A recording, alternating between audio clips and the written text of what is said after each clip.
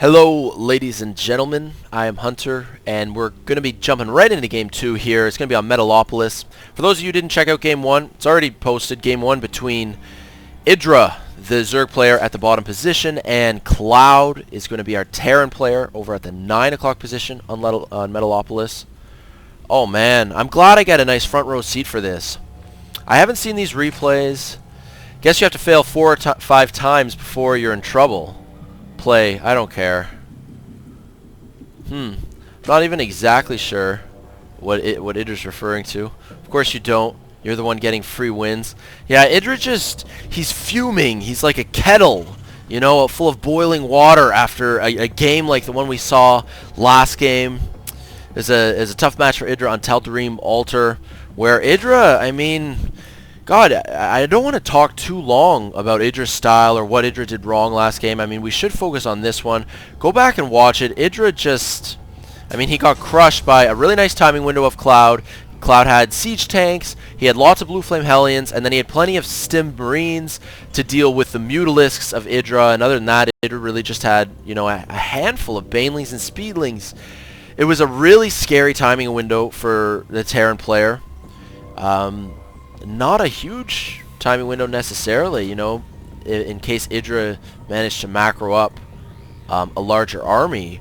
But, I mean, I guess Cloud just really, you know, hit it on the head and boom, took out IdrA, just ripped out his natural expansion, very slow and steady, and that was the game. We'll have to wait and see what Game 2 has in store for us. These are very important games to these players, as Cloud is now putting up a barracks at the top of his ramp. IdrA has picked up a 15 hatchery, I do believe, and gets the spawning pool immediately after, and watch for the geyser as soon as... Oh, 25 minerals? Maybe not. Yeah, there you go. There's your geyser. So the geyser, I mean, at the point that the spawning pool is not even halfway done. The Overlord sees everything. He's obviously going to know about the... Oh, he doesn't even know about the natural. That sucks. Yeah, IdrA's not going to know about the natural expansion for a little while, it looks like.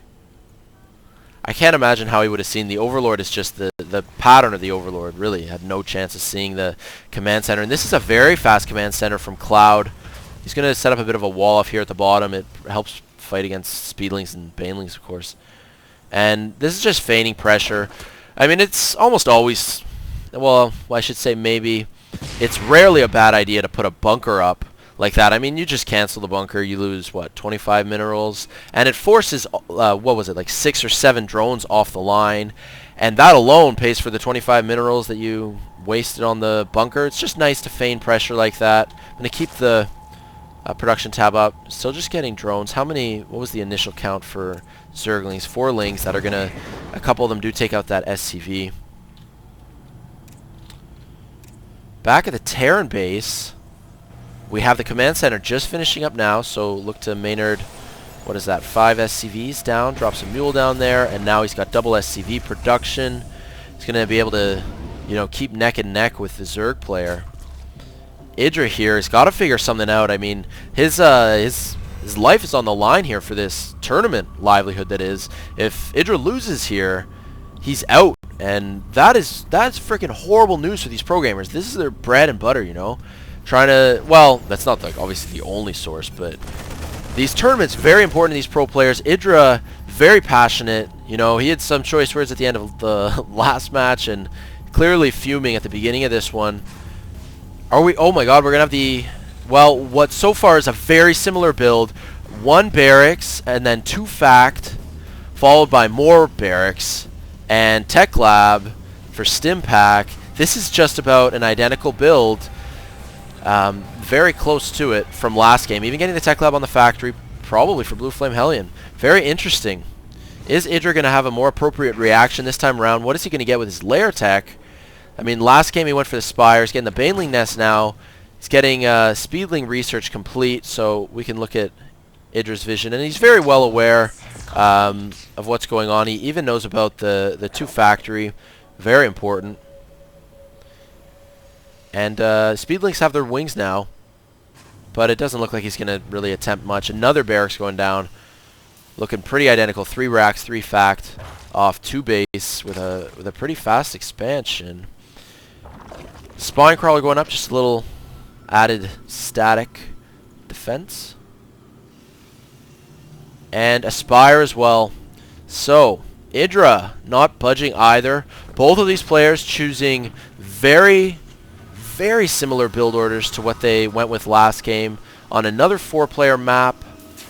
These positions are good for Zerg as well. It would, I don't think IdrA would be doing this build at all if Cloud had spawned at the 9 o'clock position. And that being said, this is, I believe, MLG Metalopolis. They've customized the map, and that could possibly prevent that kind of spawn at the 6 and at the 9 because that's such a volatile spawning location. 2 reactors, so this is where he's starting to divert from his build last game. It's a little less high pressure, and now getting 2 reactors down on his barracks, so just going to get a ton of Marines out. Let's take a look at the vision. Still no, he does not know about the Spire at all. But these Hellions are going to find out, and this is going to be a very important harassment. I was pointing out he doesn't know about the Spire, but it's good that he's going to be producing off 2 reactor barracks with stim packs. There's going to be so many Marines to deal with the Mutas. Now, these Hellions moving into position. It's hard though. 2 nice spines up. You've got this spine protecting the ramp and this entrance to the mineral line. You've got this spine on the backside. Very difficult for Blue Flame Hellions to penetrate. And all of a sudden, you know, you find yourself as a Zerg player spending pretty minimal resources on 2 spines plus 2 drones. And now Cloud's Blue Flame Hellions times 6 are pretty useless. At the same time, we've got 6 Mutas out, 3 more on the way, plus 1 flyer attack. Lots of upgrades going off of dual E-bays for the Terran player behind the mineral line.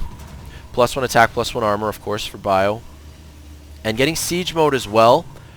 So lots of upgrades and lots of tech for our Terran player.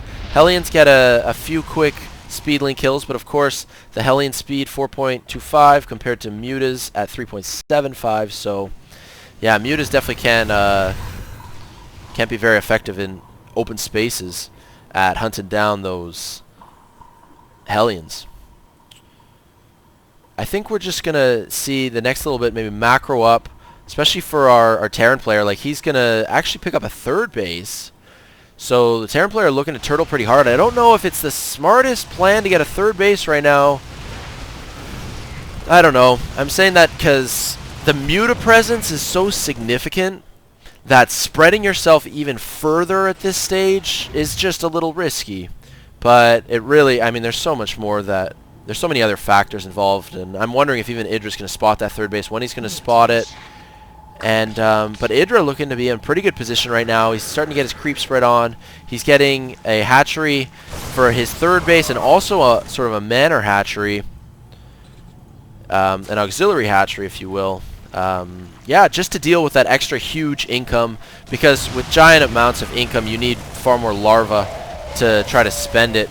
And this planetary fortress is going to be completely useless against these Mutas. And oh, nice work with the Mutas, preventing these missile turrets from getting up nearly as fast as they really could have, just sniping the SCVs that are working on them. This is really good work by IdrA. It forces Cloud to really stay on his base, stay on his toes, and it makes it difficult for him to, of course, put any pressure on IdrA. So IdrA's just going to continue to macro up. He's getting upgrades of his own, just plus 1 melee, but he's getting lots more Mutas. Mutas just get really, I mean, they hit that critical value of Mutas, and this is the case for lots of units in StarCraft, where you just get a certain number, and it's just too damn many. They really start to just annihilate anything you throw at them. But at the same time, if you get enough Marines, especially if Marines are upgraded, and it's very smart that that's what Cloud's doing. He's got a combat shield, and now he's getting +2/+2. Upgraded Marines are especially effective against Mutalisks. Very much so. In part because of the bouncing glaive that does splash damage. The Marines' armor really nullifies the bouncing glaive. And over here we have a couple of Hellions trying to cause trouble, but those speedlings make pretty quick work of the Hellions. Still got good saturation down here at the 4th. let's take a look actually at the units. Has 70 harvesters for IdrA compared to 62 SCVs. So that's actually really good SCV count. That's a lot of SCVs for this stage, especially you add up the mules as well. And these mutas still just being annoying. We got infestors on the way as well. And that's pretty cool. We're going to get to see some of that patch 1.3 infestors. Infestors have had some changes made, but take note that the Mutalisk just focused down 2 tech labs. They take them out very quickly, and that is Cloud's cue to attempt to counterattack. Is Cloud going to have enough here to destroy IdrA? These Mutalisks have just become, you know, too much to handle, taking out 2 tech labs and a factory as well. It's good to snipe those tech labs wherever possible. Oh, you maybe shouldn't have been move commanding over those Marines, but it doesn't really matter. So many mutas here going to take out the band of Marines on the high ground. There's a lot of Marines left down here, and the swarm just coming in. Oh my god! What was that? I've never seen such a devastating Baneling bust all over Marines. Oh my god, I want to replay that.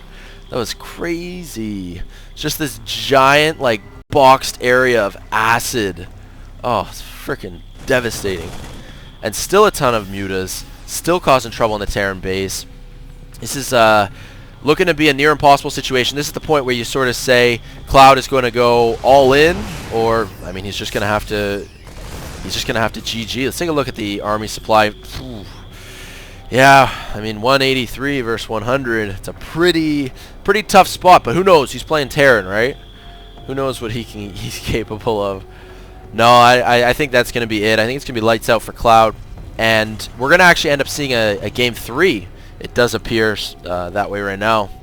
Unless Cloud's got, you know, some crazy ace up his sleeve. Speedlings moving in.